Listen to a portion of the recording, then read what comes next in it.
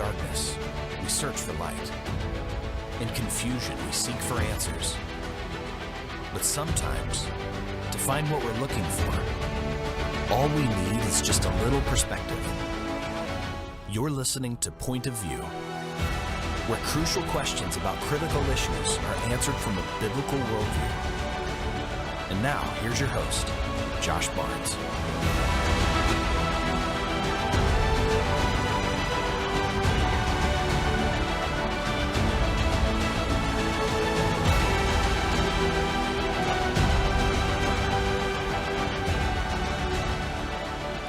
Crucial questions about critical issues answered from a biblical worldview. That's Point of View. Thank you for joining us today. We are live right here on Main Street in Nashua, New Hampshire at the WSMN studios.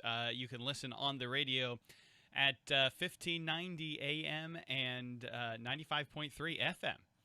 WSMN. We are, of course, not just on the radio. We have actually probably more people joining us and viewing beyond just Nashua. We have a YouTube channel. You may be watching on YouTube at Point of View on YouTube. You can find us on YouTube just doing a search, Point of View with Josh Barnes. You'll find our show. And also on podcast. We're on Apple Podcast. We are on what's the other one? Google Podcast. Still working on Spotify. That'll come later. We're entering that realm slowly, learning all the ins and outs there of those. And of course, we're on K-Star Radio. You may be listening on K-Star. K-Star, the show from Mondays that we're doing live on Mondays, is broadcast again on Saturday on K-Star Radio. That's syndicated radio across the country. And you may be listening on a Saturday and wondering why I'm talking about something that happened, so long ago. And we're not.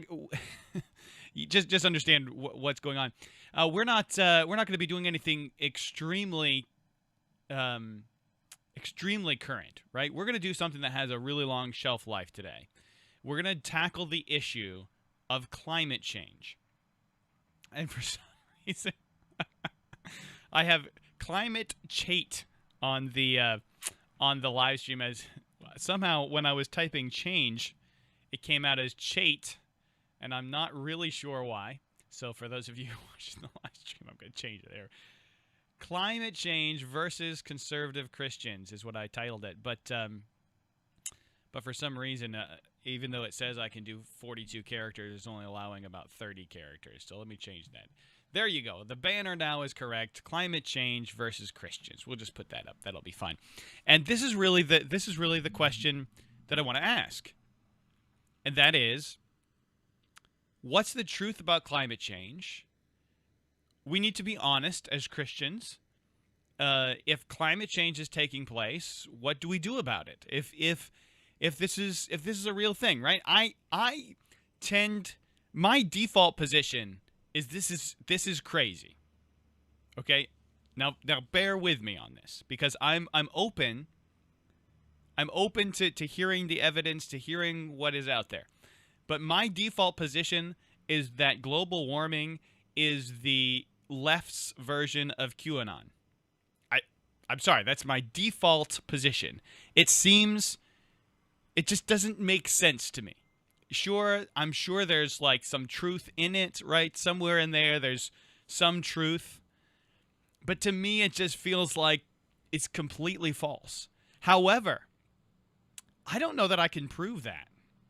I'm going to give you my case for why it just feels wrong to me. But then we're going to bring Justin Barnes on, of course, co-host. He's going to give his point of view on it, his perspective.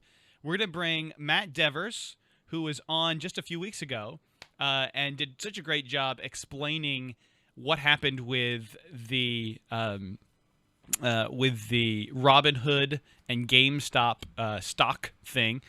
And so he's going to try to explain where he falls on the issue and how he sees it. So we're going to have, I think, three slightly different views from just, lay people Christian, right? We are Christians who look at things and analyze them from Scripture, but we are not necessarily PhD scientists. But at 5 o'clock, don't miss this. And by the way, if you're watching after the fact on YouTube, hopefully by the time you watch this, I'll have gone in and I'll have put in timestamps so that way you can skip right to it if you want to. But at the 5 o'clock hour, we're going to have Dr. White, Dr. Alan White from Answers in Genesis. He's part of the team of scientists, PhDs, who are behind all the research and all of the information that's put out by Answers in Genesis, the Creation Museum, and the Ark Encounter in Kentucky. And he's going to come and he's going to share his scientific perspective. He's written several papers on it, and we're going to see which one of us three, me, Justin, and Matt, he agrees with. And I'm sure he's going to agree with me. I'm not really worried about that. No, but I'm really interested. I really am. I'm open to this. I'm not a scientist. I dabble in science. I'm curious about this subject. I'm open to being wrong. I think you have to be if you're going to ever find truth and know that what you hold is the truth, then you have to be open to being wrong, and I'm open to that. It just feels weird. It feels like conspiracy theorist stuff here. But anyway, before we get into that, let me just remind you that this is the show where we take political issues, things that are in the news, and we look at them from a biblical point of view. And some people say, well, why do you do that? You're biased. Well, maybe so. I do believe the Bible, but I don't believe the Bible for no reason, right? I have a reason for why I believe the Bible. I believe the Bible because of evidence. I don't advocate people believing the Bible blindly. I'm not an advocate for blind faith. If someone says to me, you know, when it comes to Scripture, we just have to believe, and if you believe, then you will find evidence. And I say, yeah, no, not really. You believe on evidence. You believe because of evidence. We have evidence that our worldview is actually correct. Everyone has a worldview. Worldviews change. How you look at an issue is going to change because as a direct result of your worldview, right? Your worldview changes your perspective on these things and your conclusions. And because the worldview is so important, then it really matters that we have the right worldview. And the question then becomes, who has the right worldview? Are we sure that Christians are correct, or could it be that atheists are correct? You know, who's right? And because of the fact, there's many arguments for the existence of God, many arguments for the authority of Scripture, but the resurrection of Jesus Christ is the chief one. And Jesus rose from the dead. He was seen by over 500 witnesses. They documented this fact. The abundance of evidence is there. And if Jesus rose from the dead, then our worldview, the Bible is true, and our worldview then is accurate. And we can then be confident that we're right about issues because we're right about the Bible. But we can only be confident that we're right about issues if we're in agreement with our worldview, which is the biblical one that, as I said, the resurrection of Christ proves. So what we're going to do is we're going to take a look at the issue of climate change from a scientific perspective, but also ask the question, what does this mean according to the Bible, right? How does the Bible guide our worldview to kind of give us a perspective on this? Because I'm telling you, there are Christians who are listening to me right now who are saying, well, obviously, if they're coming out biblical on this, then climate change doesn't exist. Man can't destroy the planet. You know, God has not created the planet where men can destroy it. And there's other Christians who are listening to this and saying, well, obviously, if they're going to be biblical about this, then they're going to come to the conclusion that man is going to be used of God not to destroy the planet, right? So we have to defend and protect and keep the planet.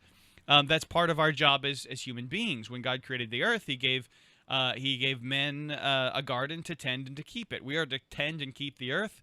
And so there's these two opposite views on this from the Christian worldview. And so I'm not partial to one or the other. I just want to be honest about this. And I want to be factual. And I want to be careful. And I want to be thoughtful about this. So I'm open to anything. But let me just show you where my default is. My default is that we all know that this is used by the left to accomplish their goals, right? We know this happens. We know this. This is not. I'm not giving you something new here. As a matter of fact, out of the 30 executive orders that Joe Biden has enacted in the last, since he became president, which would have been almost a month ago. We're 5 days shy of a month. The 20th was when he became president. 20th of January is the 15th now. If you're watching live, right? Or listening live, if you're listening on K-Star or on YouTube after the fact, then maybe we are a month in. But either way, we're 30 executive orders into the Biden administration, which is a lot. In 1 month, 30 executive orders, more than one executive order a day. Because remember, this is a short month. This is a well, actually, we're not looking at as much time. We're not looking at as many days as we do have orders so far. And of those 30, 3 of them, that's 10% of the orders that he's done so far, are directly connected to climate change. And there's 2 more that are about completely different issues in which he references climate change. So let me give you an idea of the executive orders that have that President Biden has so far enacted about this issue specifically. One was rebuilding and enhancing programs. This was on the 9th of this month. The executive order is called this. This is the title of it. Rebuilding and enhancing programs to resettle refugees and planning for the impact of climate change on migration.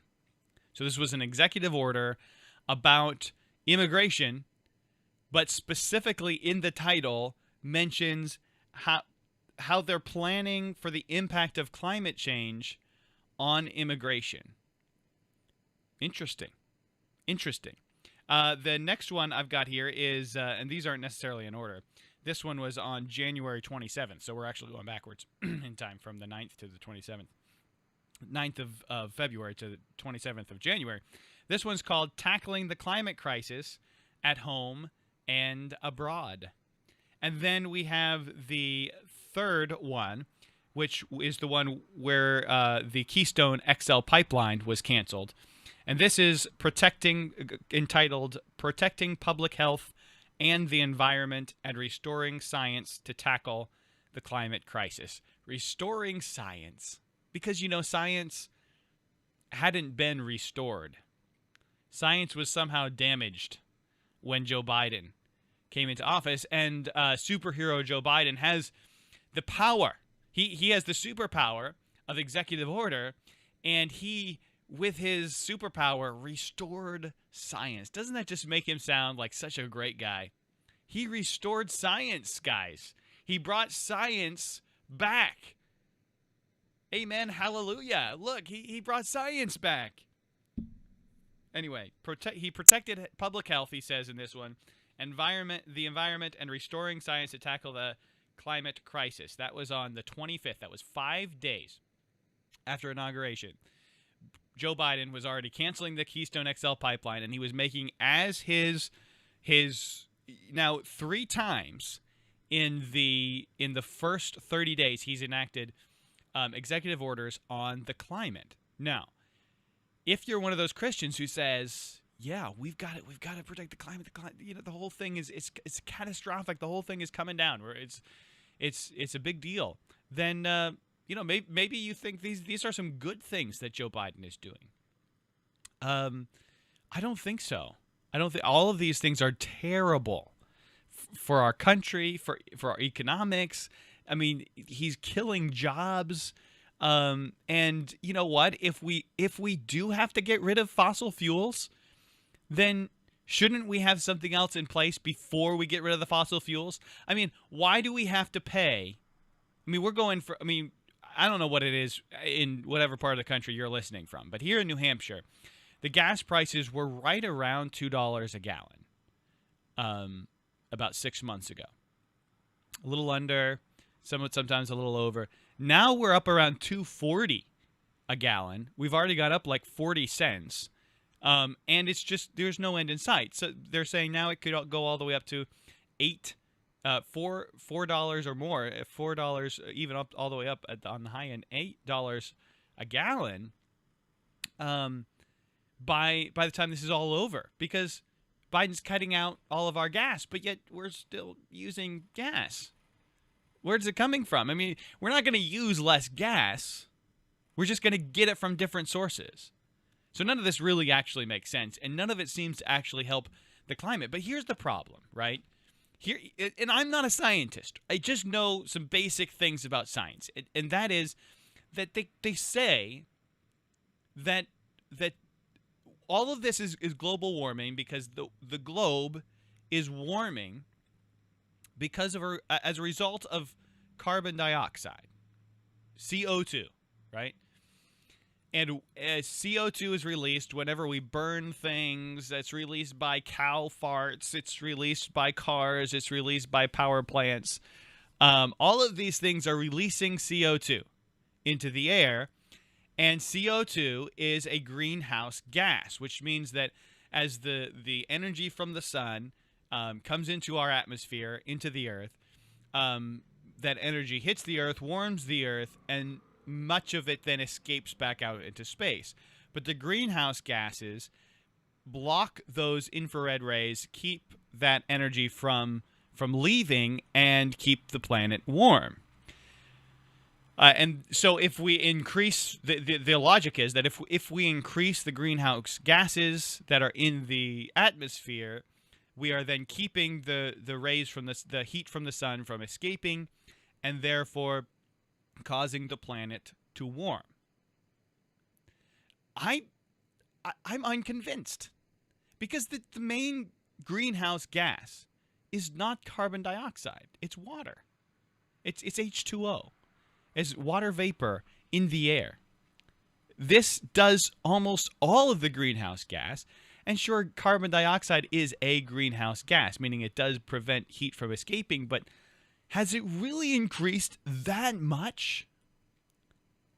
I mean, when you pump carbon dioxide, from what I can see, from studies I've read, when you give carbon dioxide and pump it into the water, you have crabs and fish growing larger, right? When you pump carbon dioxide into nature, the trees get greener. Everything. I mean, the carbon dioxide is actually like a normal element on the earth, and it's actually a very small percentage of the greenhouse gases in the atmosphere. Very tiny. And yet, if we increase the carbon dioxide by a small percent of that small percentage of greenhouse gases, that's going to really make that big of a difference and really change the climate. I feel like this is boiling the climate down to something just way too small, isn't it? I mean, isn't this a big issue? The climate is affected by the sun, by geology, by the center, by the core of the earth. There's so many different factors to the climate. I mean, the winds, the rotation of the earth, the moon, the seas, all of these things affect the climate. And we're going to say that just putting a little extra CO2 in the air is really going to warm the earth enough to destroy the entire planet. I feel like the earth isn't that delicate. But that's just me. That's what I feel like. We're going to get some experts, especially one expert, Dr. Alan White, who's going to weigh in on this and tell us if I'm way off base or if I'm onto something here.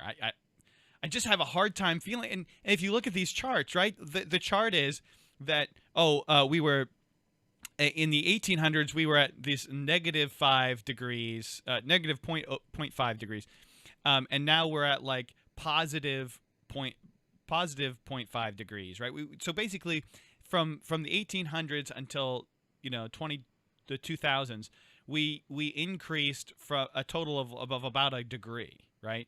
And the idea is that if we increase any more, if we get to 1.5 degrees increase, then we're going to have catastrophe.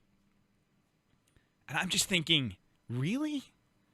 Is it so warm at the North Pole that all of the ice is going to melt if it goes up 1 degree? I don't know.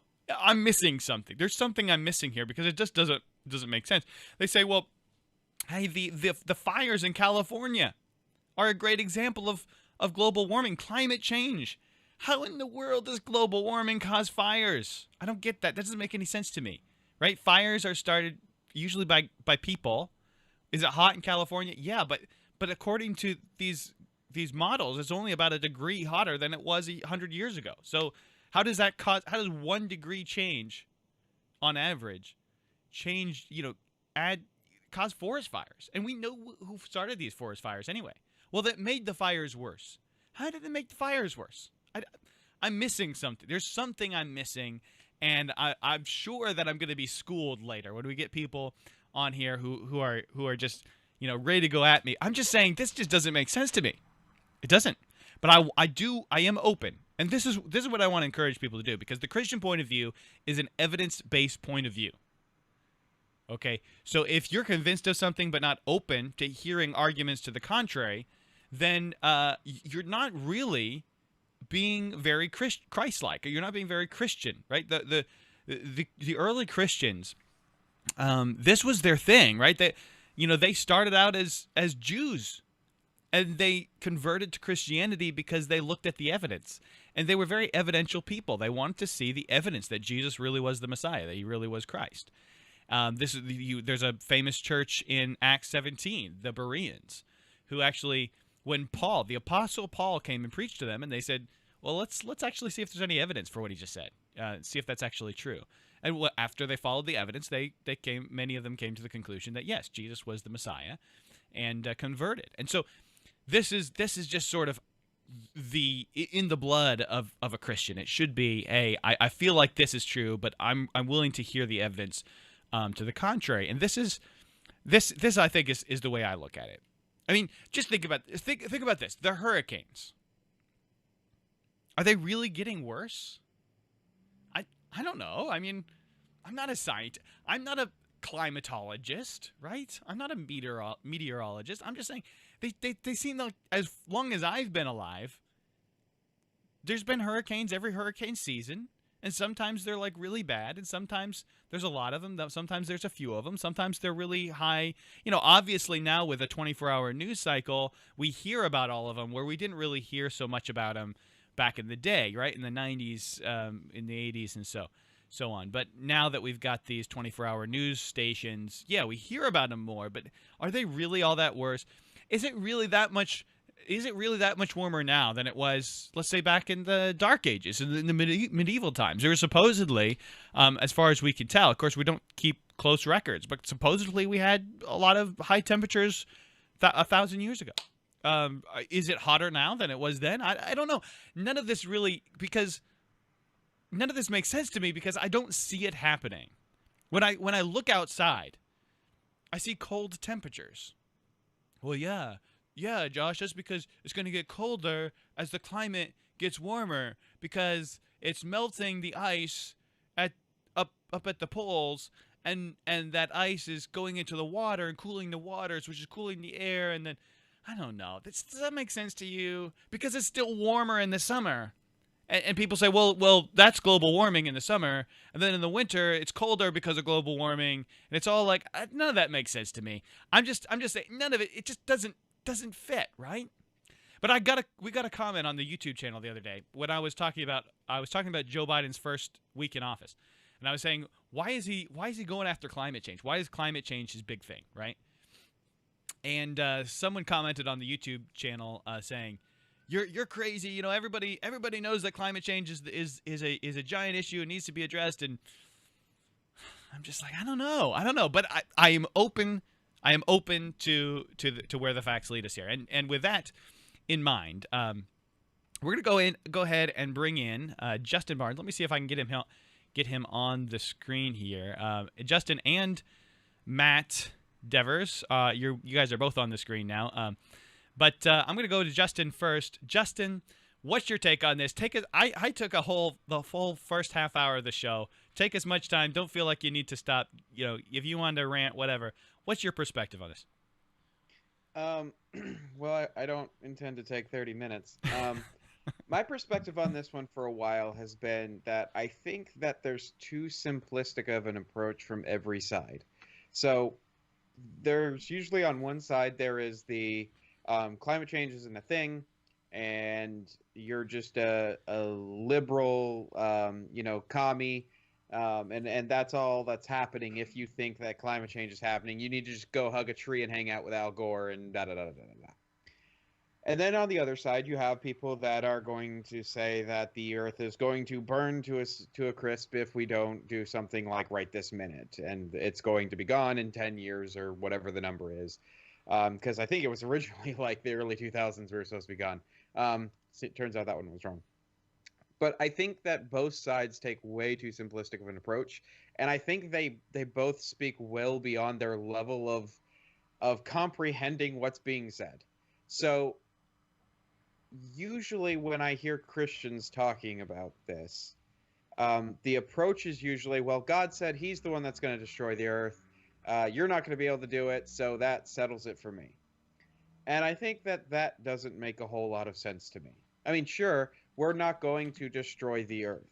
I think that it's pretty clear the Bible says that summer, fall, winter, it's not going to end. That's in God's control, not ours.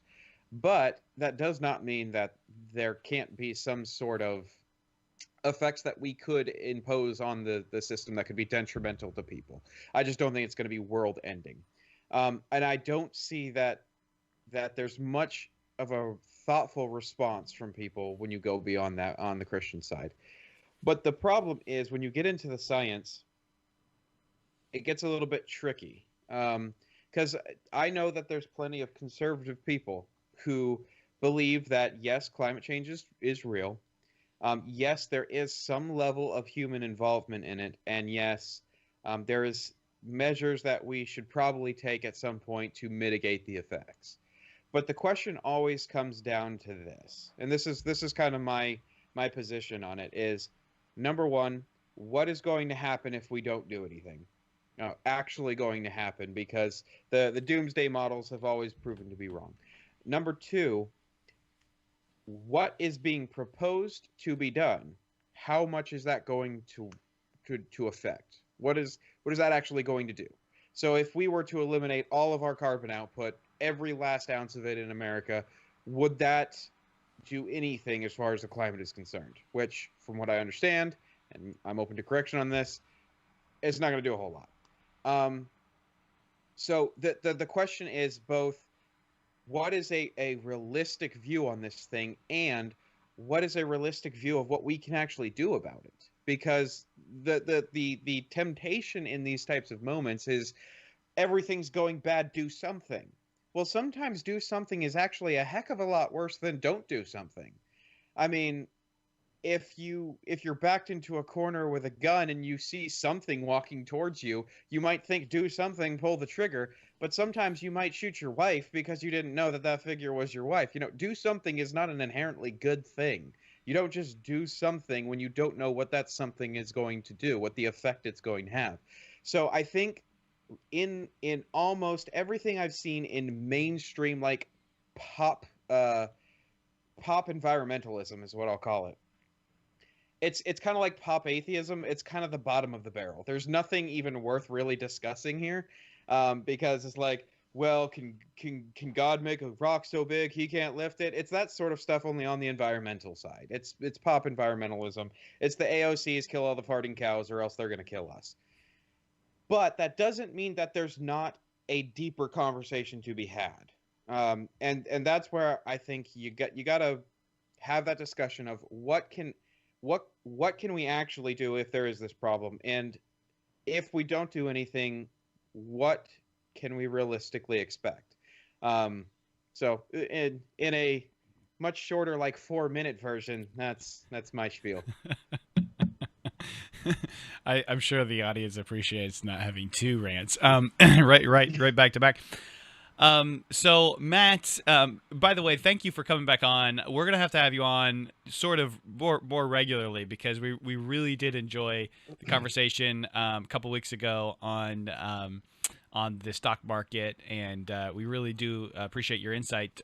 Matt is a very careful thinker. If he's going to talk about a subject, he's careful to think about it first, and we really appreciate that. So, Matt, I think you're going to disagree with me, and because we've had conversations about this before. I don't know if you've changed, if your position has changed at all. Mine is more open. Last time we had a conversation was maybe 5 years ago or something, and I was very closed to the idea of climate change, being man-made or anything like that. But I've got really 7 questions that I've written down that I want to ask Dr. Alan White.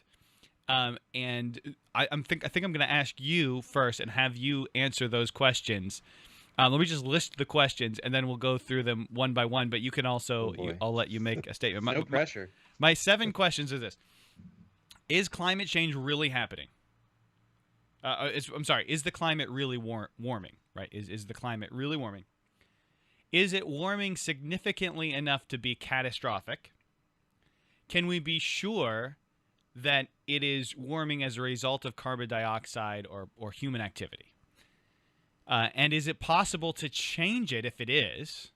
And is it practical? Is it really possible to change it? Is it realistic? And then also the 6th question would be, does the Christian have the responsibility to tend the earth and prevent its destruction? And my last question is, has God even given man the actual capability? Is that something that he's actually worked into the earth, that he's actually given us that actual capability of destroying the earth where we could if we don't act?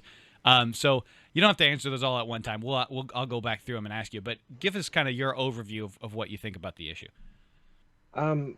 Well, I agree with a lot of what Justin said, and Josh, as you know, we definitely disagree on a few of these things.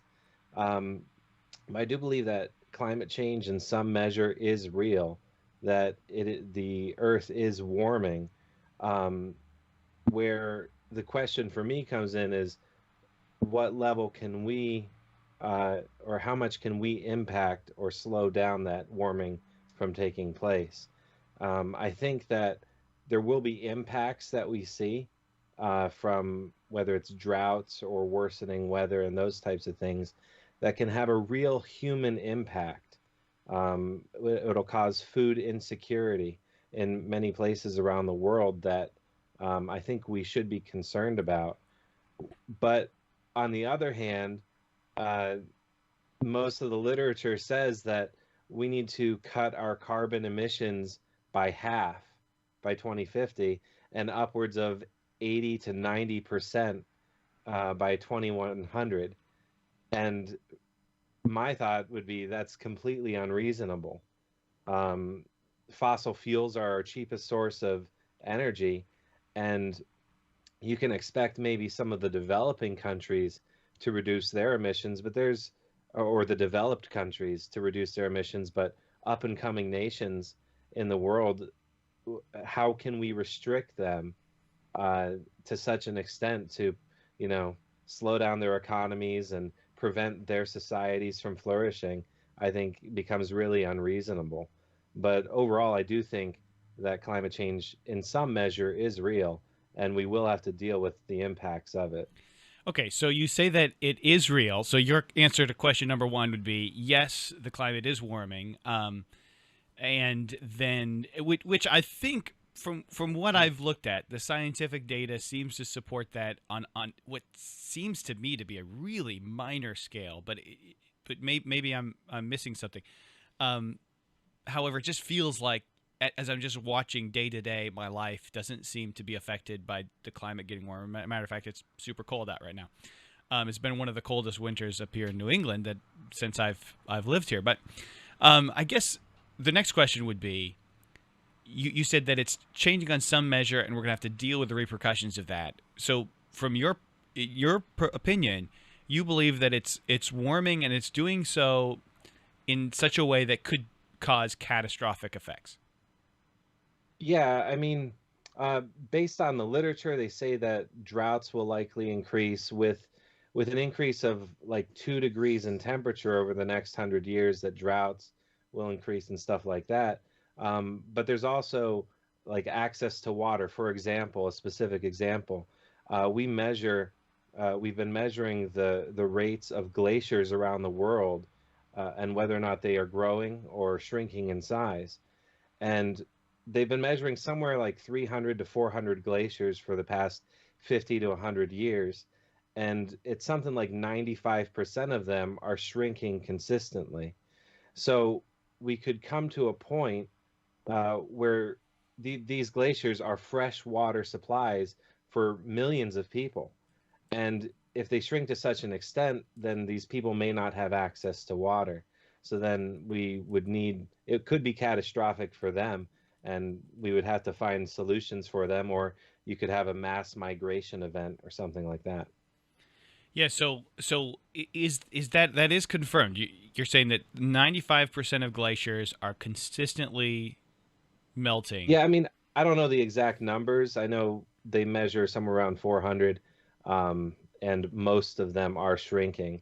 And typically, people that disagree with climate change will say, well, here's a few that are increasing in size, but overall, they are reducing in size, and that reduces the amount of fresh water that's available to people. So that's something I would. Are you able to stay on until through the next hour where we've got Dr. White on? Yes. That's great. I would love for you to bring that up and just see if he knows, if he can confirm those statistics, if he has any commentary on that. That's interesting. So here's the next question. And Justin, feel free to jump in and weigh in. I don't want to jump over you here. But can we be sure that this is happening as a result of the activities of men?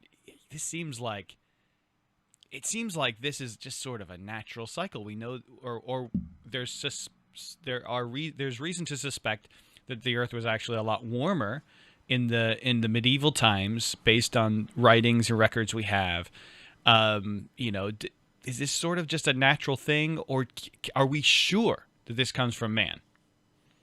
Now, this is where I personally am a little bit more unsure about. I could tell you the science behind why they say it's man-caused, though. Although personally, I'm not sure where I stand on the issue. But you were talking about water vapor before being the most significant greenhouse gas, and you're absolutely correct. But the difference between water vapor and things like carbon dioxide is that when enough water vapor ends up in the atmosphere, it rains and the water vapor comes back down. But it is a greenhouse gas. But the difference between that and carbon dioxide is that carbon dioxide and other greenhouse gases do not condense. They have the potential to stay up in the atmosphere for years or even centuries. So the greenhouse gas, as those more man-produced greenhouse gases, as those increase in the atmosphere, the potential for more and more warming can occur. And what you'll see is that they often talk about what are called feedback loops, because as more greenhouse gases end up in the atmosphere, like carbon dioxide, more water vapor will come up into the atmosphere. And as the atmosphere warms, it can hold more and more water vapor. So it's kind of like a feedback loop where the more of these gases end up in the atmosphere, the more they can hold, and then the warmer and warmer the atmosphere can become. So would that be why they predict droughts? Because the air will hold more water vapor and less of it will rain? Yeah, that would be part of it. And just the overall temperature increases around the globe. So here's where we get to sort of the question that becomes more of a Bible worldview, right? The scripture is applied to this, and maybe just maybe you want to weigh in on this, because this is where we get to the question: if it is human interaction, is it even possible to change realistically? And how do we pair that with a biblical view that says, God has already determined the end at the beginning, and we know how it's going to end, and all those things? Are we saying that this is something God's going to use to bring about the end times? What do you think on that? Let's go with Justin first. First of all, I don't believe that man has the capability of destroying the earth. That's God's power to do. However, I do believe, like Matt said, that number one, there can be a lot of detrimental effects that we can have because of if it is a mistreatment of the earth, or people depending on a certain source of water, things like that. Those sort of effects can happen, and I can see how. I mean, you were bringing up the fires in California. I can see how you could make the argument that if you increase the temperature, everything's going to be a little bit drier. Therefore, when fires happen, they're a lot bigger and a lot nastier because of a warmer climate. So there could be effects like that. And California's already pretty dry, though. There even could be, I think, from a theological perspective, you could argue that there even could be really, really catastrophic effects that could be coming, but God in his wisdom gives man the ability to solve the issue. I don't think that's too likely, but I don't think it's outside the realm of Orthodox Christian belief that God would have a plan to work that out. But in the end, no, we're not going to destroy the earth. That's not in our capability. Now, that's an interesting philosophical question, and I'll toss this over to Matt, because basically what you've maybe hinted at there, Justin, is that the possibility that maybe humans could destroy the planet, but God is using AOC, the Squad, Bernie Sanders. Okay, now you put words in my mouth. to save the planet, so that his will is accomplished. I object to the misrepresentation. But philosophically, is that a possible answer where ultimately, no, we won't destroy the planet, but not because we don't have the capability to, but because God is going to bring saviors of the human race in to help us keep from destroying it.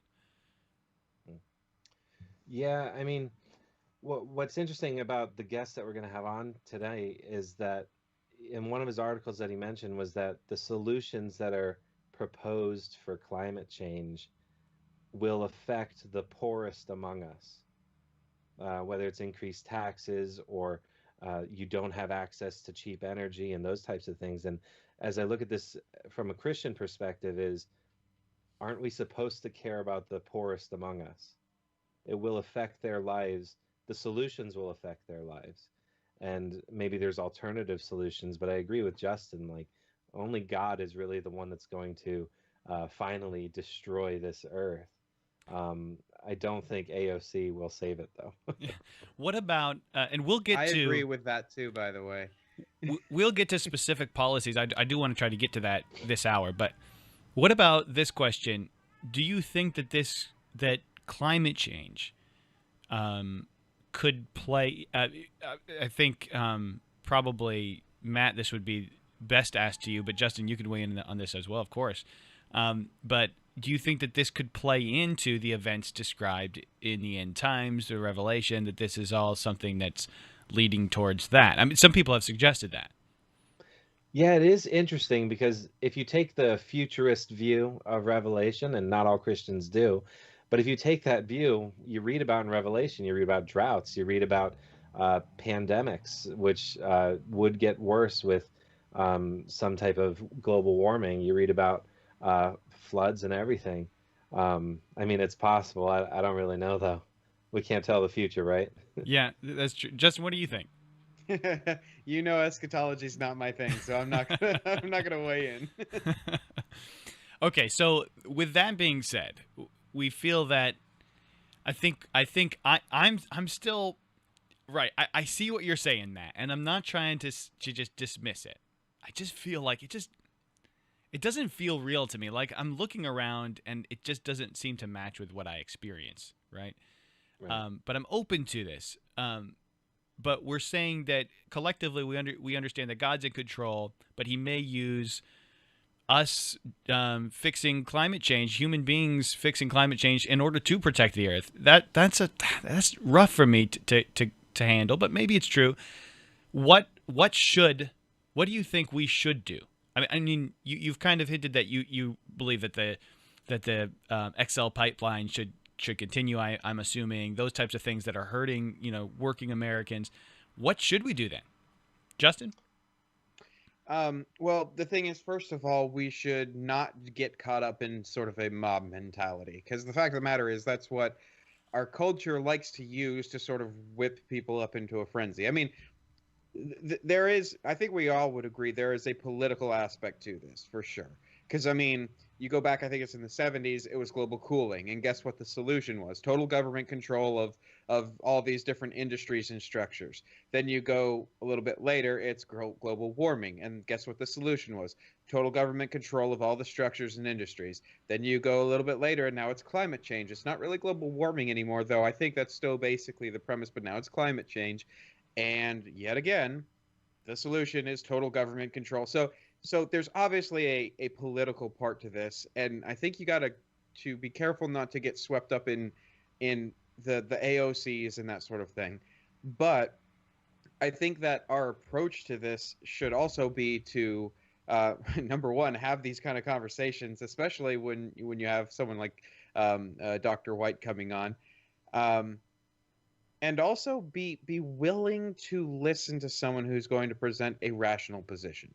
Even if it's someone who disagrees with you, be willing to listen to it and be open to changing your mind. Because if you're so dedicated to your position that you can't hear someone calmly and rationally present a different point of view, then you don't love the truth, you love your position. Mm-hmm. You might be right, but your actions are demonstrating that has nothing to do with why you hold the position that you hold. Yeah. So I think, especially for those of us who might have some level of knowledge, but not really confident making a declarative statement one way or the other, be willing to just be quiet and listen for a while, and then maybe you'll have a little bit more clarity on it. Right. Matt, are you willing to give up steak and cow meat in order to save the planet? Yeah, that's what's crazy. Like, we see famous people like John Kerry or Al Gore flying around the world on private jets, but they want the change that we have to make is, oh, well, you can't drive your cars, or like you said, you have to stop eating meat. I think that our focus right now should be on more like mitigation efforts.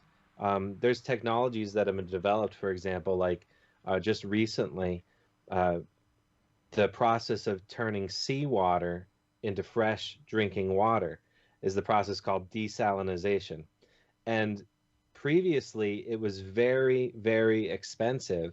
But just recently, in the past few years, technology has been developed to make it very easy, and cheap, which would make it easier for people that are maybe in these drought stricken places to have access to fresh water.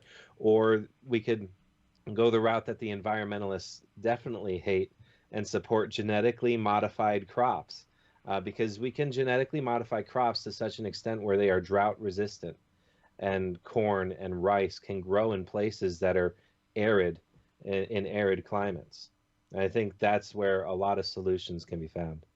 Interesting. But won't this, if this is a result of man's activity, and all we do is come up with ideas to deal with the change as it happens, won't it just continue to get worse and worse unless we go to solar energy or to some other form of energy that doesn't produce as much carbon?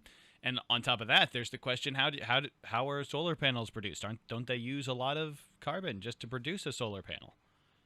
Right. I think the world will wake up one day to the power and efficiency of nuclear power being one of the best and cleanest energy sources around. But I think as long as you don't have a Chernobyl, it's clean. Yeah. But the free market right now is starting to move towards a cleaner energy model with things like Tesla. And you look at even most of the major car manufacturers are developing electric vehicles. And so there's the possibility that we're already moving away from those things just based on the free market. That is interesting. Now, we know from a biblical worldview, we know that God created the earth. We know how it began, and we know how it will end. And we know that it is man's responsibility to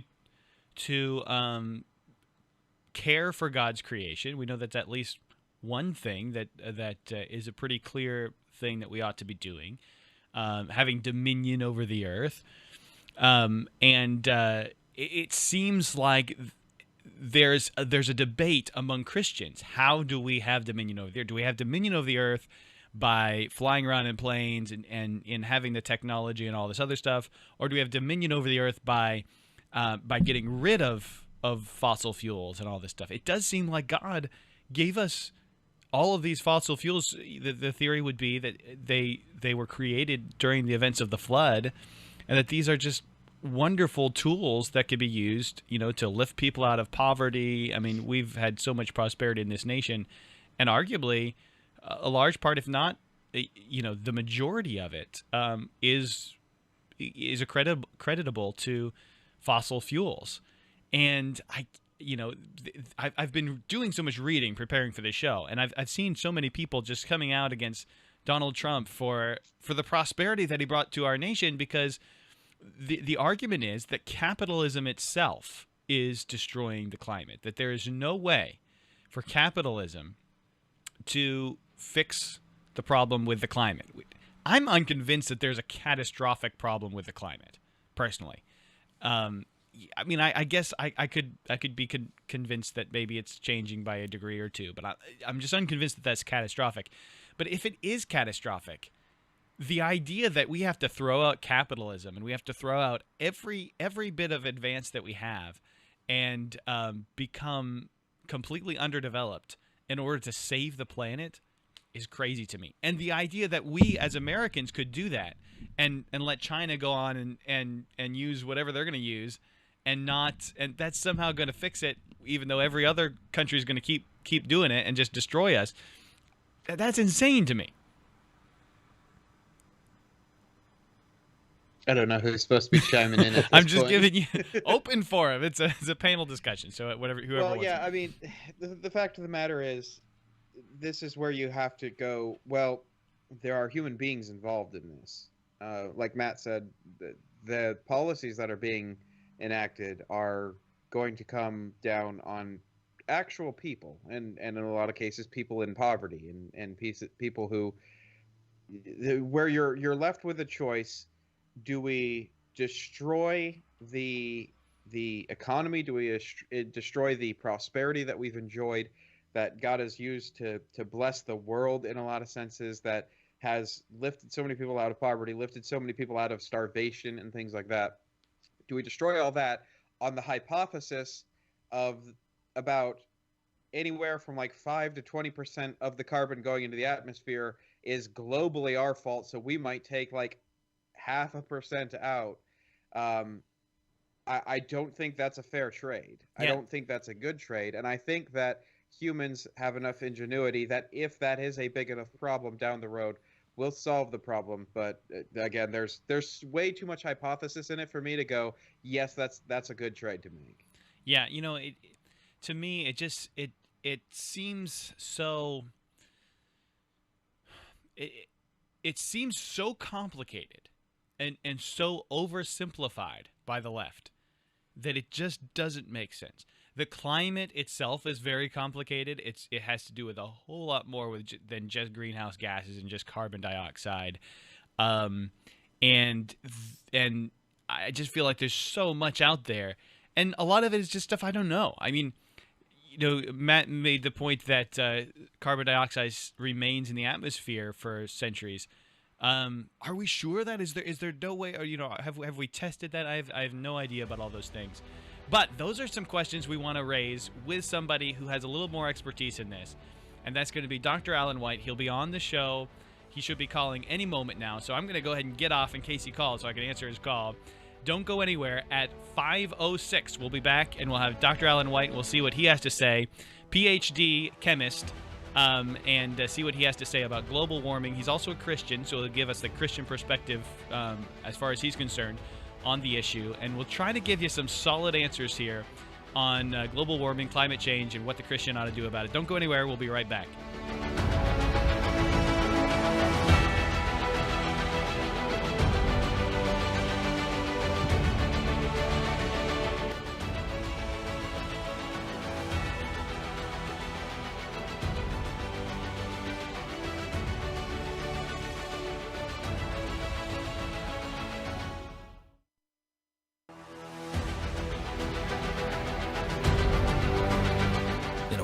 darkness, we search for light. In confusion, we seek for answers. But sometimes, to find what we're looking for, All we need is just a little perspective. You're listening to Point of View, where crucial questions about critical issues are answered from a biblical worldview. And now, here's your host, Josh Barnes.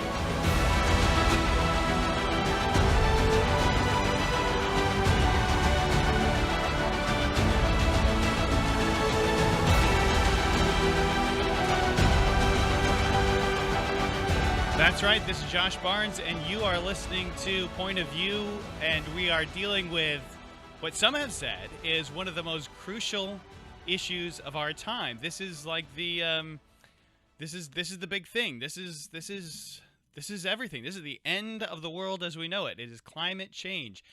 And when I was younger, early 2000s, it was pretty much it was just pretty much rejected among Christianity. I didn't know any Christians at that time who felt like climate change was real or any of this had any sort of substance to it. But today, 2021, there's a growing number of Christians who are actually asking this question: is climate change actually happening? And how do we view this if it is? How do we deal with this from a Christian perspective? And what's the actual facts behind it? Because as much as it doesn't seem like it is. Just to be honest, as a layperson, as not a science guy, it just feels like there's not anything there. I'm looking outside and it's freezing cold. This is one of the coldest New Hampshire's winters we've had since I've lived in New Hampshire. But yet it's warming, and then in the summer it gets warmer, and that's because of global warming, and none of it really resonates with me personally. However, I don't want to make my decision based on what just resonates with me.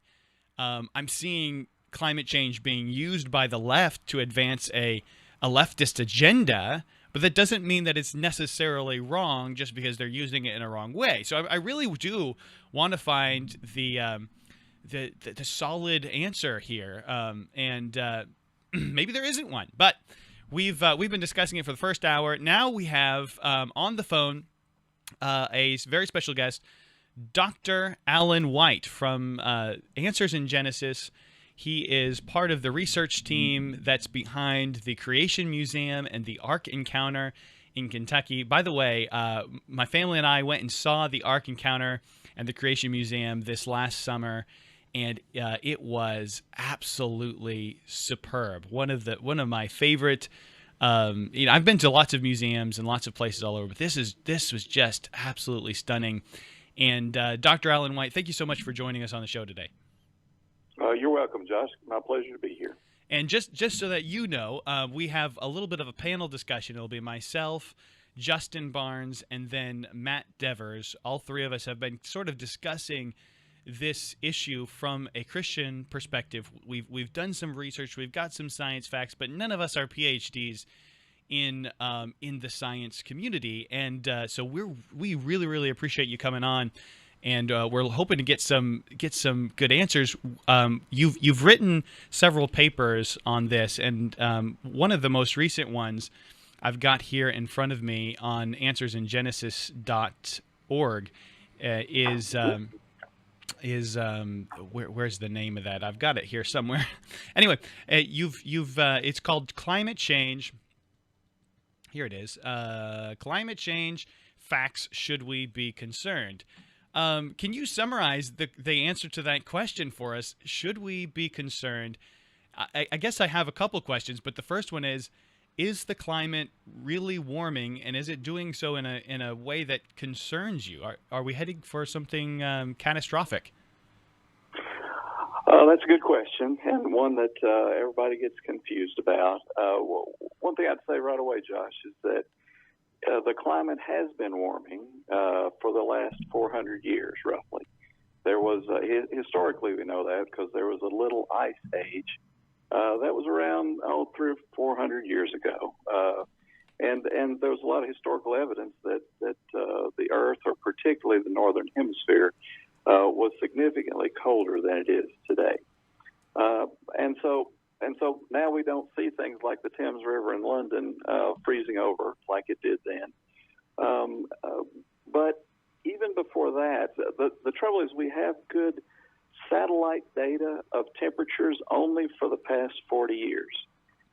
And we have only land-based measurements only back 180 years. And so, when people talk about it before then, we're all speculating as to what it would be before then. But it's pretty clear that the temperature has been rising for the past roughly 400 years. But is it a problem? I'm not nearly as concerned as a number of people are, as you said, particularly those on the left, because we do have some historical data that says that the Vikings actually came to Greenland and were able to farm in Greenland about 1,000 years ago. And then soon after that, they had to go back because it got cold again and was moving into a little ice age. But so that's what gives me some, perspective. That's often what the news media don't do, is give us perspective. And for looking at it from the perspective of maybe 1,000 years ago, the temperature was about what it is today, may even be a little cooler than it was in the middle of that period. So I guess what I'd say is, yes, is the temperature rising? Yes, it has been for 400 years. Am I concerned because we're out of the range of where we've been before? No, not really. And that it is speculative to know exactly what the temperature was back then. But even the historical data we have is indicative that the temperature was about where we are today, maybe even a little warmer, about 1,000 years ago. So basically, if I'm hearing you right, you're saying from what we can record over the last 40 or the last 180 years, we are warming from 40 years ago or 180 years ago. Yes, but not very much, but we are warming over that time frame, yes. And that's another question that I have, is that in some of these models, if you see the picture that they show, it looks like we've only, in the last 40 years or so, changed, the temperature's only changed by about 1 degree globally. Mm-hmm. Right. I find that hard to believe that, all of these glaciers are melting with 1 degree change. Mm-hmm. Yeah, it's hard from a viewpoint of that and saying what difference does 1 degree make. Well, 1 degree does make a bit of a difference, but the climatologists are not so worried about 1 degree. They're worried about 2, 3, and 4 degrees, which is what they think is coming in the future. And so, yeah, I agree with you. 1 degree doesn't sound like much. It does change some things, believe it or not. But 1 degree shouldn't be going to put us into a panic, though. I agree. So, Matt, if you could jump in here, you mentioned earlier in our discussion that you'd read a statistic, something like 95% of glaciers were melted. Can you ask Dr. White something about that? I know you had mentioned something about the glaciers. Right. Well, we were talking more about the potential human impacts of the Earth warming, and the research I'm getting is from a physicist and climate scientist. His name is Joseph Fromm, from a book he wrote, Climate Change: What You Need to Know. And he obviously supports the model of catastrophic global warming in 100 years. But the human impacts, I think, are important. And he says that, in essence, because glaciers are melting and the Earth is warming, there will be less fresh water sources for people and for crops. And what do you think the impacts of those types of things will be in the future? That's a good. That's an interesting comment. I don't think I've ever heard that one before. I mean, as the temperature of the Earth rises, of course, there's going to be less ice in the northern Atlantic. Certainly, and we see that going up and down now. But there are historical accounts that there was no ice in the North Atlantic back when the Vikings went to Greenland, and so that would be a situation early. But I'm not sure how you lose fresh water. You're actually melting more ice. So I guess I'm confused as to why there would be less fresh water. But I would say that one thing I would comment though is that what the main disagreement is now is what is the cause of the global warming. Not most even creation scientists and secular scientists pretty much agree that the temperature is rising or has been for around 400 years. But the main point of disagreement is what is the cause of that. And the folks on the left believe that it's related to carbon dioxide and the carbon dioxide that people are generating through the burning of fossil fuels. Whereas I've looked at that CO2, carbon dioxide data, and I don't see a clear correlation like they do to that. And so that is one of the main disagreements at this point, though. Yeah, and that was going to be my next question: is if it is warming, right? Mm-hmm.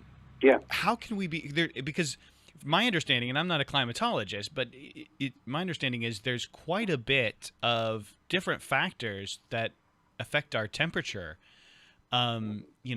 How can we be sure that this even is carbon dioxide, let alone that it's man-made carbon dioxide that's causing the warming?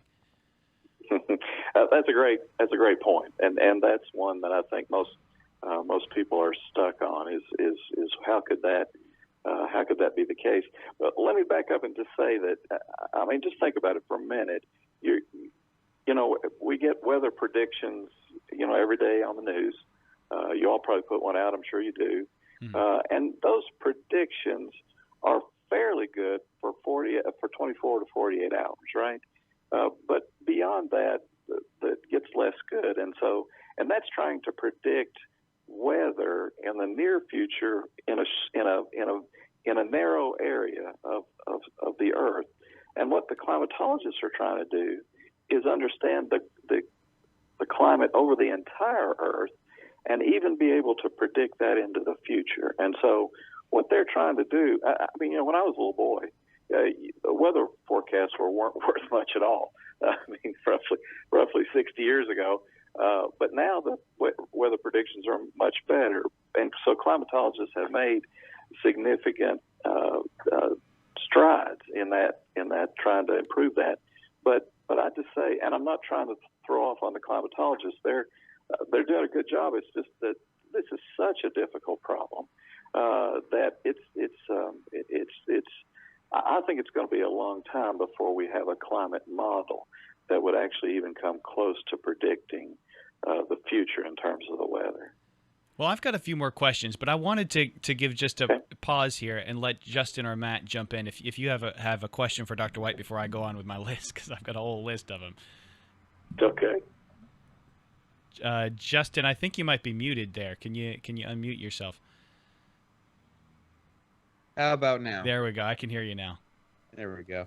I actually did want to jump in because one of the things we were talking about in the first hour was about the amount of things that get blamed on global warming, the wildfires in California, and one of the statements I had made was that it's in some limited sense, it does seem to make sense that if you have a hotter, drier climate, that it would make sense that you would have greater fires and things like that. Do you think that there are some effects that we see currently like that, or do you think those are completely unrelated instances that are just being used for political gain? Good question. My answer at this point would be that we don't know. And that when people claim on these rare events, like the hurricanes, we have the most information on hurricanes in the Atlantic and how often do they make landfall in the United States, and how much damage do they do. And if you're trying to predict a rare event like that, it is very difficult to say whether something like the climate affected it or not. And that's been one of the ones that people have pointed to the most. But now the scientists have done about 100-year study of the climate versus the amount of hurricanes in the around the United States. And what they found is that there's no correlation between the climate and the number of hurricanes. You may recall that in 2005, I believe, when there was, I think, 3 hurricanes made landfall in the United States of a Category 3 or above in 2005, I believe it was. And then everybody was panicked about, what's going to happen in the future, And then it was, I think, almost 15 years before we had another Category 3 or above hurricane hit the landfall in the United States. And so when you're looking at rare events like that, it is very difficult without a lot of data to know whether cause and effect, whether one is the cause of the other or not. And that's the difficult thing in science, is to try to figure out cause and effect, because just because something goes along with something else for a period of time doesn't mean that one is the cause of the other. Yeah, so correlation doesn't equal causation, right? Right, that's correct. And that's something I've found as I've been reading. I guess you've acknowledged here that the temperature is increasing. Do you think that there will be negative effects? And if so, is there some cause for us to try to fix it? And then I guess the follow-up question will eventually be, what can we do to fix it if there is? Right. Yeah, let me start with that one. At this point, many of the scientists, many of the climatologists believe that carbon dioxide is the main culprit. And they would believe that if we do our best to change the carbon dioxide concentration, that it would affect the temperature. Based on my look at the data, that's not going to work, at least except maybe to a small extent. And so if that doesn't work, what will we do? And I think the honest answer is we don't know. I think, there'll be a lot of pressure. There will be a lot of pressure, I think, over the next few years, particularly because of the change in the White House to do something about carbon dioxide. And so that's going to be on the agenda of things to do, I think. But I'm pretty skeptical as to whether that's going to work or not. And so, and what was your original question? I forgot. The original question is, do you think there will be some negative effects, and what do you think we might see from that warming?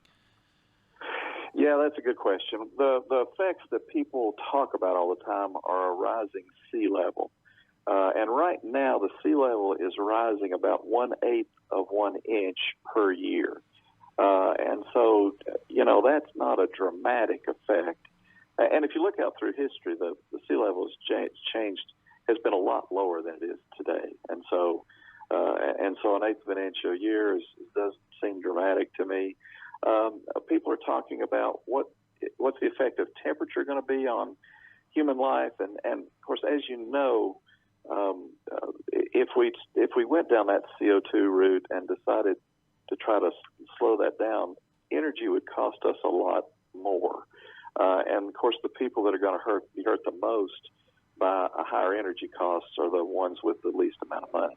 And so, I think that's probably where an effect would be if there is actually, warming that's a problem. The problem is, to answer your question as to what are the consequences going to be. I mean, everybody in the world is going to be a little warmer. I remember I was going to Canada. I was to give some of these talks that I give, and I gave them a bunch of subjects, and I was surprised that none of them picked global warming. And he says, "Well, we're all up here hoping that it will," and so it depends on where you are, what you want, what you think the effect ought to be. And I've given the climate, the global warming kind of talk in Peru, and I asked them. I said, "Well, who do you think ought to be able to decide what the temperature is going to be?" And they said, "Well, of course, Peru."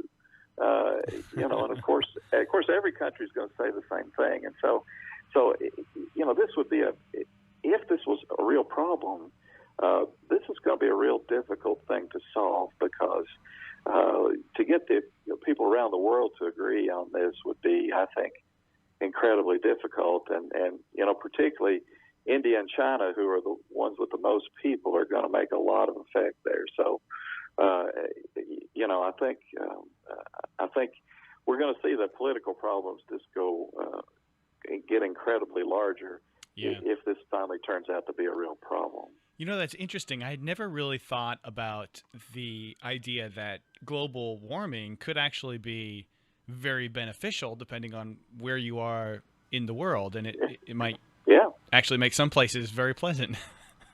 Yes, that's right. That's right. And so, and it'll make some places even more unpleasant. I mean, like the desert climates and very, very warm places already. And so, but yeah, it depends on where you are. And it depends on, most people would say, I think, that warmer weather has less of a dramatic effect than significantly colder weather. So, again, it's it's going to be a challenge because everybody's going to want to control the Earth's temperature, just like they control the temperature of their own homes here in the United States. So. And I would like to see if you wouldn't mind addressing the this concept, more of a theological and philosophical stance on climate change, because we know from the Bible, right? We know how the Earth began. We know how it will end.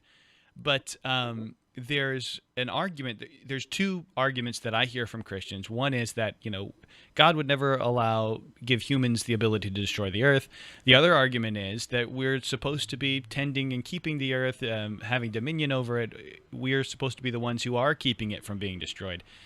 What is your view on it, just from a theological and more of a philosophical stance, as far as the idea that we should be taking care of the Earth and that maybe we should address some of these climate change issues? Yeah, that's a great question. I mean, as you know, the Bible says that God created the world very good, and that man's sin changed that dramatically, both for man and for the Earth. But He gave us a responsibility, to be fruitful and multiply, and then have dominion over the Earth. And so I think we ought to take that seriously, and I think we ought to be willing as Christians, and maybe even the first in line, to try to do something to help the climate and the Earth, if we know how to do that, and if we're sure that we have a problem. But as we do that, I think we need to, as we move in that direction, if it becomes necessary, I think we're going to have a discussion about, well, what solution are we going to try, and what unintended effects is that going to have? And so, has God given us the ability to destroy the Earth? I don't know. Well, I mean, you could say in a nuclear sense, maybe so, but He's given us a responsibility to take care of it, along with Him. I mean, obviously, there's some things that man can do, and there's some things that only God can do. And so those, to me, we ought to be able to do. I mean, He's given us kind of, we're working together in a sense with God to take care of the Earth, because there's so many things that we're just not capable of. And so to me, I think we ought to be leading the world in that sense, and trying to take care of the Earth, and to do what we can to do that, and to not abuse it. But in this case, I'm just not convinced that the CO2 concentration has a dramatic effect. At least not enough that we should be doing dramatic things here to change it. I may change my mind on that in another 20 or 30 years. I don't know if we see more data. But at this point, I don't see enough clear data to say that carbon dioxide is the major cause of the global warming. Well, I think that's so helpful, really, because that's sort of what we've been talking about for the last hour before you came on the show. Is we're not really as well acquainted with the data as you are, and we want to be fair. If that's what the data supports. But again, it does boil down to just being evidentiary in our beliefs. Here's before you go, I wanted to get this in. I am just so impressed by the Creation Museum, the Ark Encounter, Answers in Genesis. Has just been so helpful to me. Every time I have a question about anything science related or anything in Genesis, I'm gonna pull it up and see what Answers in Genesis has to say about it. What do you do for them, and what do you think? Maybe give us just a little promo why people should check out the Creation Museum and those resources. Oh, great! I think I'm just like you. I think that absolutely people should go. The Creation Museum, and particularly the Ark, is such a spectacle. But to me, it's great for Christians. It's also great for those that are seeking, because you find an incredible amount of information there. Those two exhibits really help people to see what a biblical worldview is. In other words, how does God look at this world? And how should we? I've just enjoyed it, being able to work with some of the folks there with Answers in Genesis. I'm more of a contractor. I work with them. I don't work directly for them.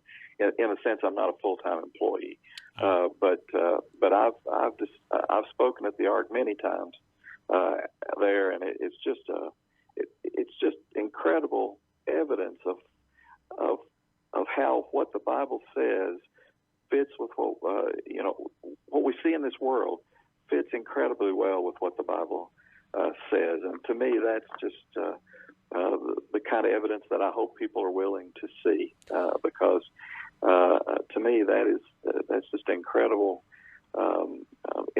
important thing for people to recognize, because this world and the secular scientists are going to be totally opposed to this because of that, and certainly opposed to whatever that I would say about it. But to me, I just challenge people to read the Bible, see what it says, and then look at this world and see how well it fits. And the Answers in Genesis folks, like I said, are able. The website is great; it'll answer a bunch of your questions, and but it's nothing's like visiting. And I'd encourage everybody to, as they get a chance, to visit both the Creation Museum and the Ark. Yeah, so good. And Dr. White, when's the next time you're going to be speaking up in New Hampshire? In New Hampshire, I don't think I've been in New Hampshire yet speaking. We'll have to change that. We'll have to get you up here sometime. Oh, that'd be great. I'd love to come. Yeah, let us know next time you're out this way. If you're anywhere near, we'll come by and we'll want to see you, maybe have you on the show again sometime. Been so insightful, so helpful, and exactly what we needed to as we're having this discussion. Thank you so much, Dr. White. We'll be praying for you and your ministry. Well, thank you. Same to you. Right. It's been my pleasure. Yes, sir. Yes, sir. I'll have you on again sometime. And guys, I wanted to kind of throw it back to you and kind of get your summary. What you think about that call? For those of you watching, I've got to kind of adjust the camera so you're gonna see things moving around. It's not aliens. This is me doing this on purpose.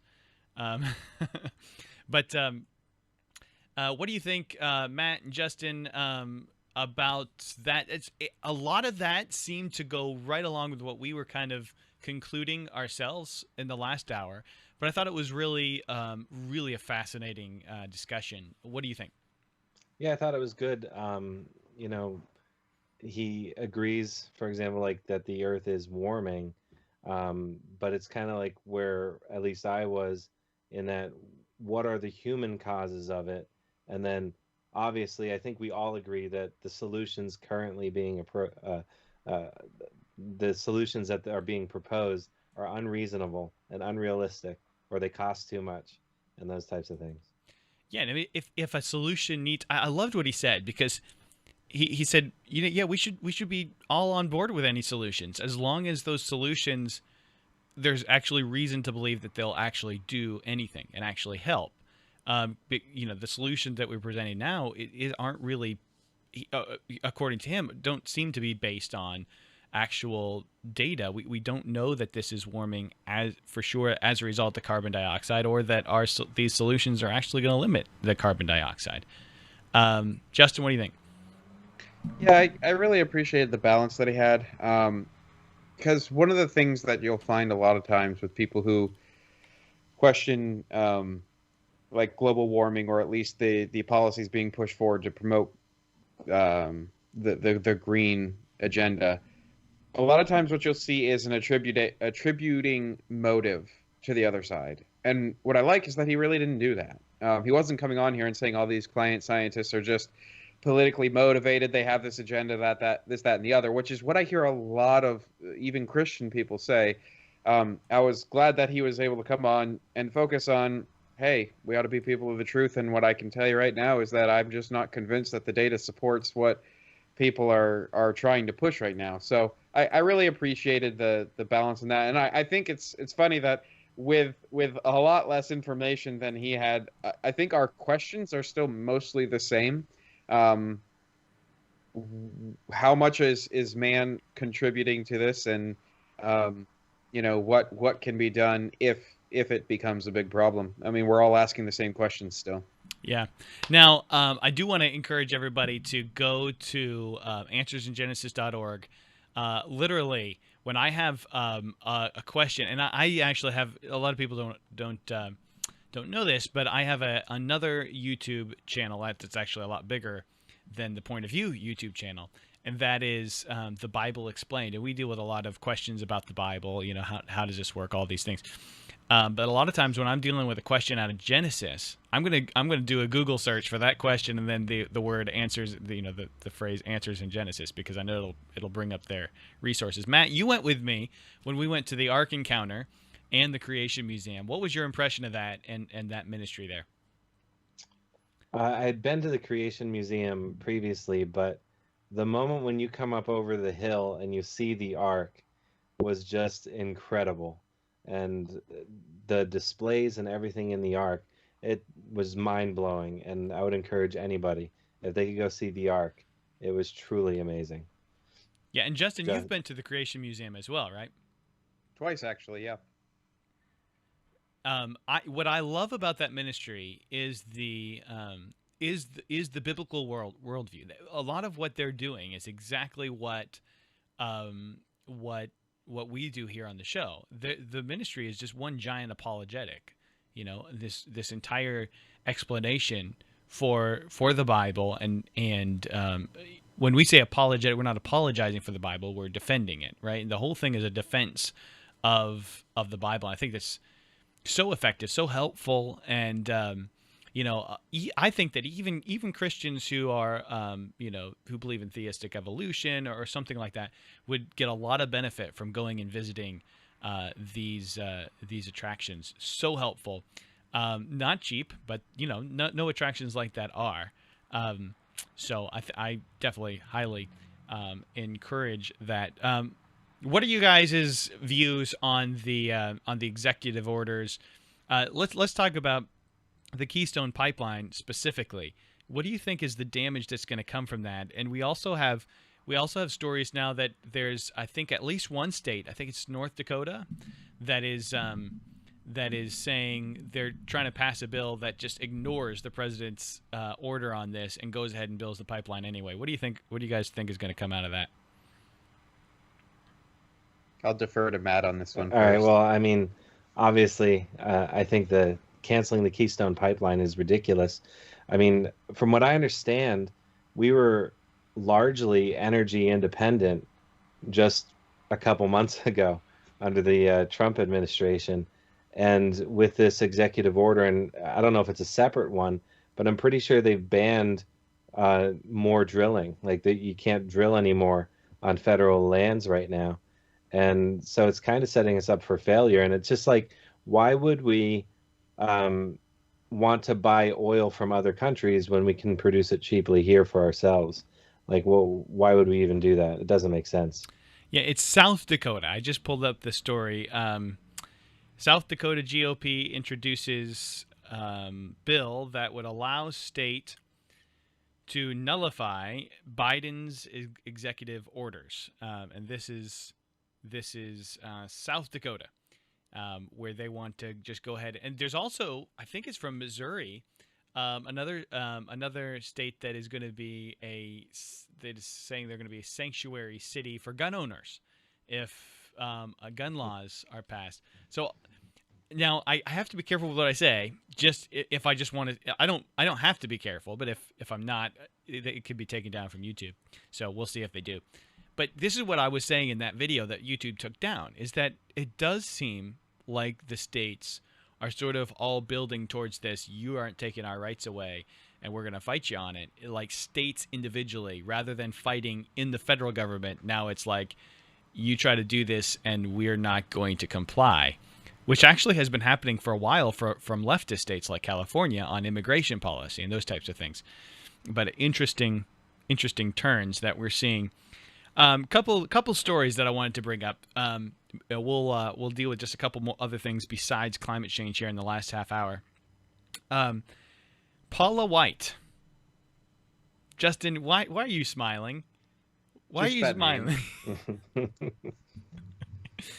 We talked about Paula White in our video on unfulfilled prophecy, and I think she was the one who was like, "I hear the sound of victory," just chanting it over and over.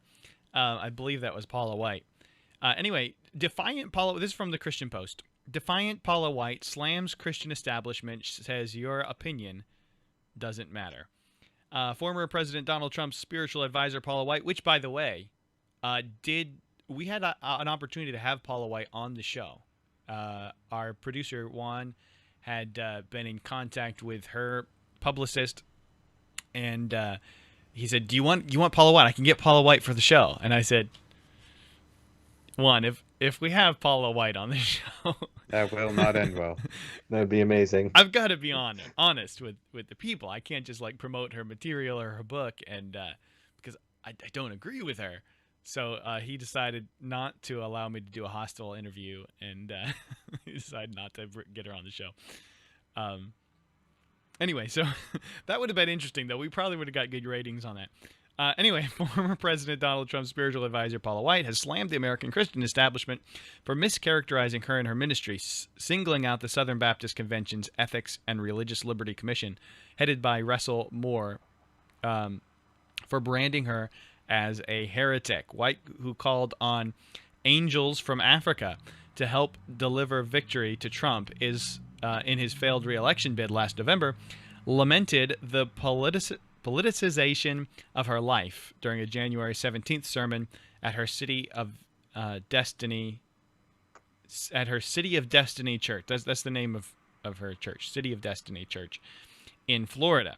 She asserted that her work with the former president was not political, but an assignment from God, noting that politics has divided the church and repentance needs to happen. She said this: "Don't tell me we're the party of unity with this and we're going to unify, and every second we have, we're just hurting people more and more and more, politicizing people's lives. God didn't call me to the world. I was sent on assignment to do these things in the world, but I'm called to the church. And when the church is this polarized and divided, God help us, how can we not mourn?" That seems like a deflecting, right? She was being criticized as a heretic for saying that angels were coming to reelect Donald Trump, and they didn't. And so obviously she wasn't hearing from God, and it seems fair. Let me just say, it just seems fair to call her a heretic. I just feel like that's a fair characterization. Well, it's really a shame that the Democrats were even able to steal the angel vote. That's a real bummer. I didn't know that they had that kind of influence.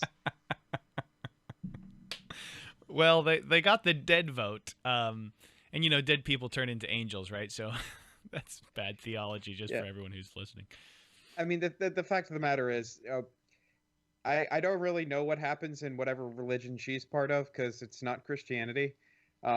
She's clearly not submitting to dozens and dozens of passages and lots of doctrine that's just getting flushed down the toilet. So when she decides to join the sort of Orthodox Christianity group, then we're in sort of at least the same religion. But as of right now, all she has is just talking about God, and it's not biblical Christianity. It doesn't even resemble it, really.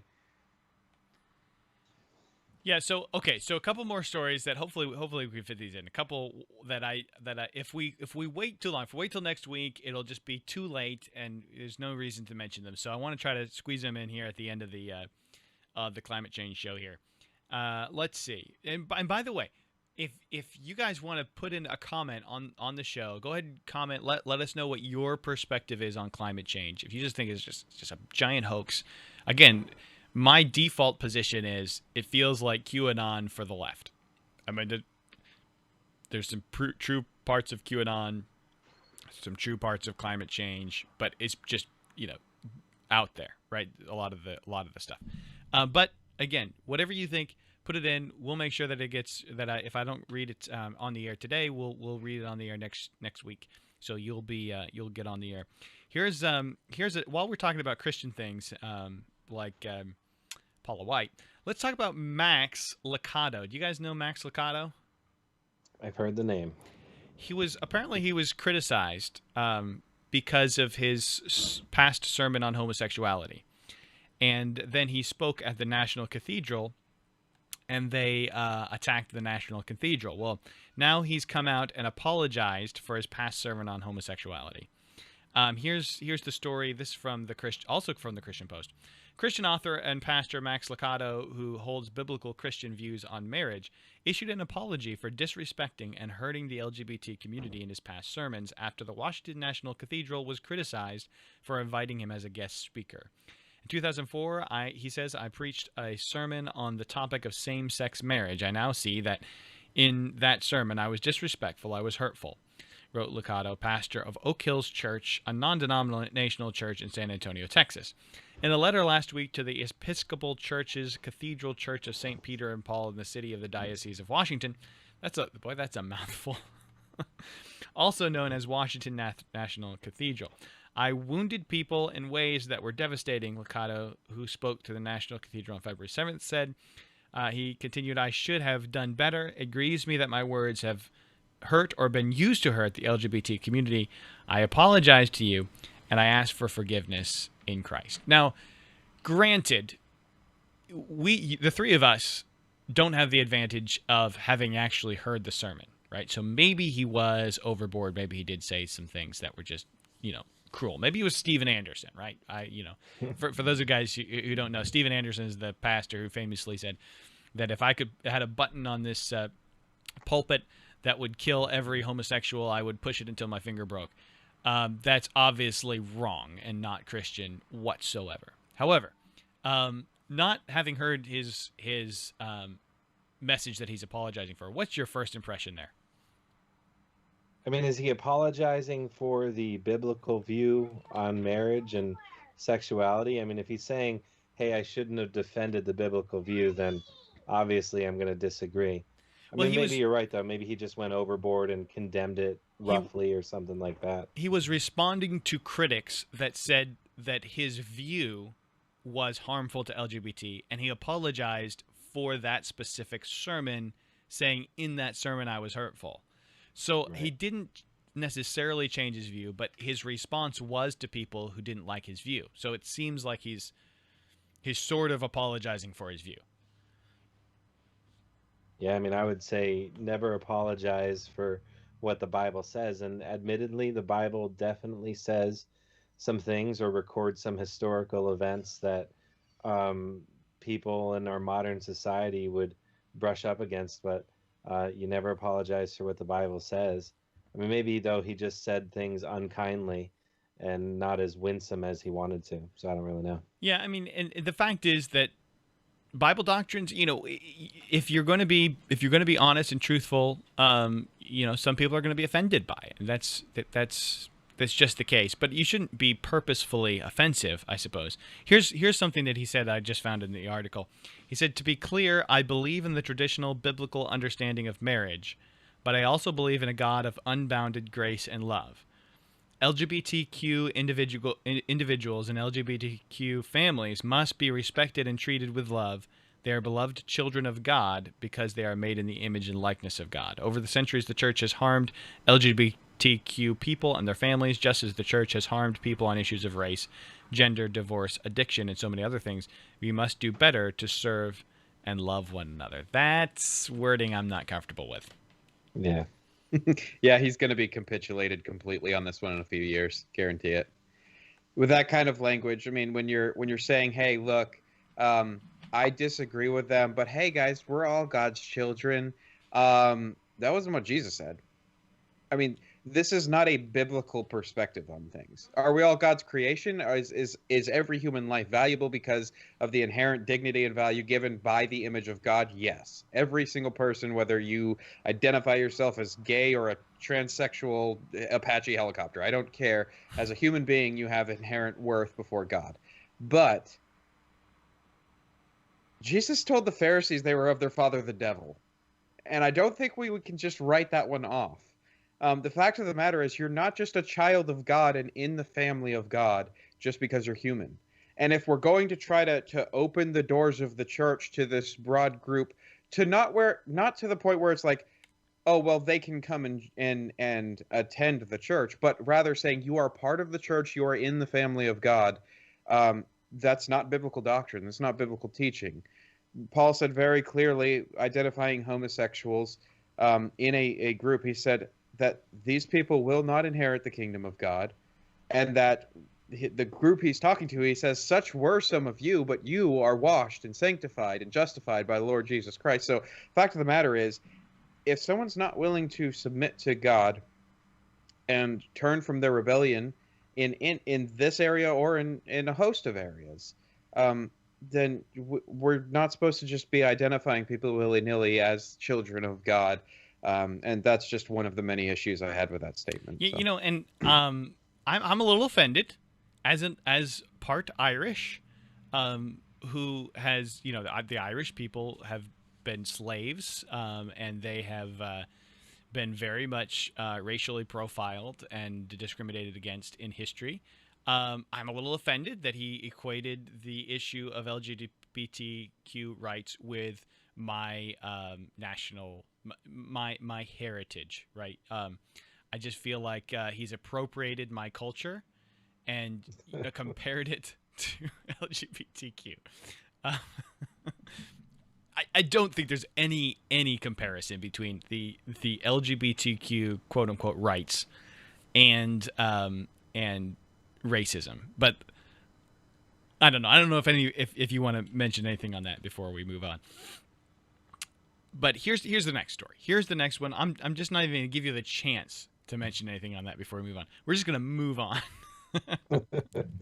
Okay. Did you guys see on social media the lady who used Gorilla Glue in her hair? Did you see about the guy that thought it was fake and did it to himself too? This is my story. You're giving away my story, man. Don't ask open-ended questions. Yeah. It was a yes or no. It wasn't open-ended. No. No. So she ran out of, I don't remember what the name of the hair glue or whatever that she used. But so she figured Gorilla Glue will work just as well. So she styled her hair with Gorilla Glue. She's somebody on TikTok, and then she couldn't get it out. She had to go to the hospital, to actually get this off. Well, they still couldn't get it off. Really? The hospital said, "Sorry, we don't know. Just keep trying to wash it, I guess." And Gorilla Glue actually put out a statement like, we're so sorry that this happened. Like we put warnings. Well, she's suing. Yes, but they put warnings not to put it on your skin. They just don't say put it on your hair. Yeah. And I saw an article, I think it was USA Today, said, though it's kind of an extreme example, the Gorilla Glue in the hair story highlights a severe problem of our lack of understanding of African American hair care in America. And it was all about our how racist this whole Gorilla Glue situation was. I kid you not. No, the only racism with this is just that is the soft bigotry of low expectations. Well, right there. That and the terrible school systems that we put in inner cities where that are predominantly black. Because honestly, you have to have some pretty bad schooling to think this is a good idea. I mean, like, what's your IQ level? Again, if you're going to say then, oh, we're also racist because we can't expect people to know Gorilla Glue isn't good for African American hair, how I think so much higher of the intelligence of all humankind than to think that was something that the human race should have expected was coming. Yeah. Like, That is the soft bigotry of low expectations. Well, we can't expect these black people to know you can't do that. What kind That's of bigotry racist. is that? That is racism. racist. And so anyway, the story that Matt let out of the bag. This is from Not the Bee. I'm guessing you're a subscriber to Not the Bee, Matt. You have to be. You have to be. This guy thought Tessica Brown, which is the one who Gorilla Glued her hair, he thought that Tessica Brown's Gorilla Glue story was a hoax, so he created a Gorilla Glue challenge and ended up in the ER after gluing a Solo cup to his face. I didn't know that part. There's a picture. I don't think you guys can see it. A picture of this guy with a Solo cup on his face. It's hilarious. Yeah, so this is the sad state of TikTok today. He literally now this is actually a really great advertisement for Gorilla Glue, because you think like a Solo cup on your face, you wouldn't think that would stick very well, right? Your face isn't exactly flat, right? How would you get that even to? That's impressive that Gorilla Glue won't come off and he has to go to the ER over a Solo cup, right? Hashtag not sponsored. Yeah, I think I'm gonna. But hashtag could be sponsored. Wink, wink. That's true. Gorilla Glue, if you're listening, we have My Pillow, and they will be advertising with us shortly. We have. I wonder how long it's going to be before someone Gorilla Glues their My Pillow to their face. Well, it's really your pillow now. Nobody can take it. It's definitely yours. Okay, one last story. We can fit it in here. This is less funny, but this is, guys. You've both been following the story with Governor Cuomo, right? Yeah. Yes. The top Cuomo aide has admitted now to lying about nursing home deaths to avoid a DOJ investigation, and now Cuomo is being thrown under the bus even by the left. This was the state. New York was like it was the model state, right? Everyone, but yet Biden is considering banning travel to Florida, but not to New York. This is just completely insane, the way we're treating COVID-19 right now. Yeah, I like how Florida's been handling it with freedom, and just the insanity that Cuomo got book deals and interviews and all kinds of stuff for his hero treatment of COVID-19, and it was all just political and evil is what it was. Evil, and people died. Yeah, and by the way, don't miss how convenient all of the timing of this is. I mean, the vaccine for COVID-19. Oh, hey guys, we have the vaccine like the day or two after the election takes place. Hunter Biden stuff starts blowing up after the election takes place. Cuomo, oh, guess what? He actually did suck at his job after the election and the inauguration. Like all of this stuff. If you think the guys with the Lincoln Project, oh, they're all scumbags after the inauguration. Like all of this stuff is not just. If you think this is just coincidence, you're not paying attention. Yeah, and with that, we're gonna have to get going, guys, because I've been told that 2 hours of 3 guys with beards on the radio is all the radio can take. So too much testosterone. We have to end it there. We can't go a minute longer after the hour ends. But those of you who are watching, I do want to remind you, we're praying for you, all 3 of us. We really are. We're praying for the people who are listening. 3 things mainly. And those are, first, that you will know and believe the gospel, right? That Jesus Christ died on the cross for your sins. We are all sinners, right? We've all come short of the glory of God. We all deserve the judgment of God. And that's why Jesus died, to take the judgment of God on himself, to offer us salvation if we repent and place our faith and trust in him. So we pray that you'll do that, because that's the foundation for being right about issues. Because once you have come to accept Jesus Christ and you know the resurrection of Christ, then you can come to accept the truth of the Bible and have that biblical foundation for everything that you believe. And that's so essential. So we want you to be right about issues, and we also want you to help us tell others about Point of View. Let other people know how they can find us, where they can find more about Point of View right here on WSMN 1590. And I'm actually overtime, so we're in the middle of the break. Let's go to the break. We'll catch you next time on Point of View.